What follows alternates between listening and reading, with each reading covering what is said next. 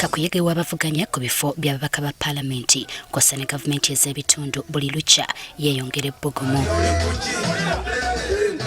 George Musisi nga y'omu kubavuganya ku kifo ky'omubaka wa munisipaali y'Ekira asiibye mu Kiganda mu ggombolola y'e Namugongo ng'aperereza abalonzi okumwesiga ku kifo kino. Ng'ali wamu n'abakwatidde ennupu bendera ku mitendera egy'enjawulo obwedda batambula nju ku nju.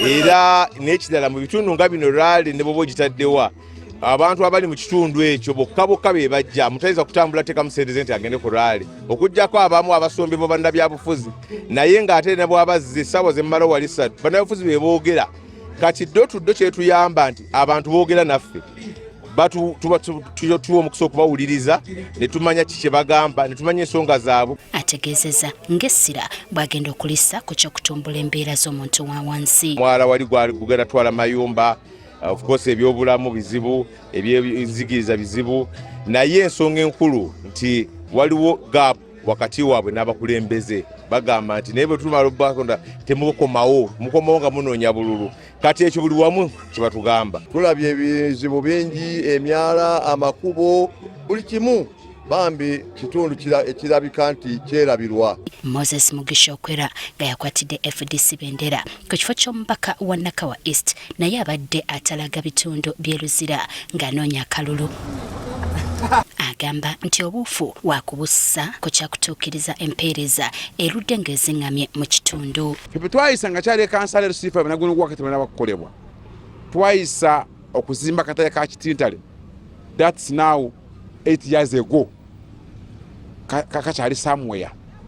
Matantewoli za Kiswazi twayisa okuzimba 2018 zikyali awo. David Musira owa DF ng'avuganya ku kifo ky'omubaka wa Makindye West okufaananako n'abalala naye akalulu akanoonyeza nju ku nju ng'abadde mu Kiwempe zone e Lukuli. Omusajja gwe bayita Mamdan mutabani wa profesa waffe wali ku Maiza e Makerere yawangudde akalulu mu New York ng'akozesa ddo. New York City erimu abantu abangi.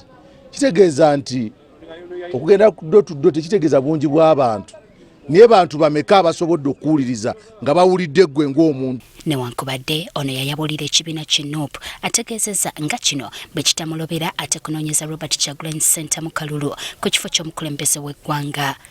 Byaliwo naye nze njagala nnyo era ekiyumpangaazizza kwe kwebaza neyankuumya ayambudamyako naye oluba lunaku lumu nansuza banga lyemazemu NUP sinza kugamba nti bankoze bibi byerere era sisobola kwejjako mukululo gwange gwe NUP wadde nga nasanga step mother ayansanga nanfulumya bibaawo ni tata tosenguka mu maka tuva mu kika. Mu ngeri y'emu bannakibiina kiNOP mu Kampala wansi w'enteekateeka ya Umbrella Campaign olwaleero babadde Mulimira zone e Nakawa West ekiikirirwa Akulira oludda oluvuganya mu palamenti Joel Ssenyonyi era nga lwatongolezza kakuyege we.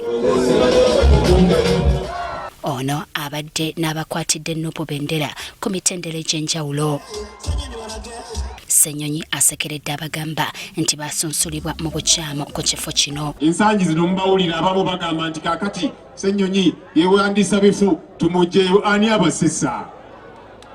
Abantu abo balowooza nti bajja kufuga ababaka ba palamenti nga bikoleddwa eri mu zi boardroom gye batudde ne basalawo. Mubagambe bajje eno ku ground babafeesinge banoonye akalulu. Lwaki babatya? Lwaki batya okujja eno gye muli basaba akalulu? Bamanyi nti akalulu eno ku ground tebakalina. Akakasizza nga bw'atagenda kupondooka ku kyakwasanguza bonna abo abenyigira mu bikolwa eby'obumenyi bw'amateeka. Mwatulonda tubeere eddoboozi lyammwe si weewaawo. Neebaza Katonda nti eddoboozi eryo baliwulidde kyovudolaba balwana nnyo. Wali eyabagamba nti Ssenyonyi katulwane aleme kudda mu palamenti baswadde. Balwana nnyo ku lw'eryo eddoboozi lye bawulira ku lw'okuyimirira ku nsonga ezimu ez'enkizo ate nga tujja ziyimirirako paka kubanga ekyo kye mwatusindika okukola. Okusinziira ku bannakibiina kiNOP baakuddamu okuttukiza kakuyege waabwe ku lw'omukaaga lwa ssabbiiti eno.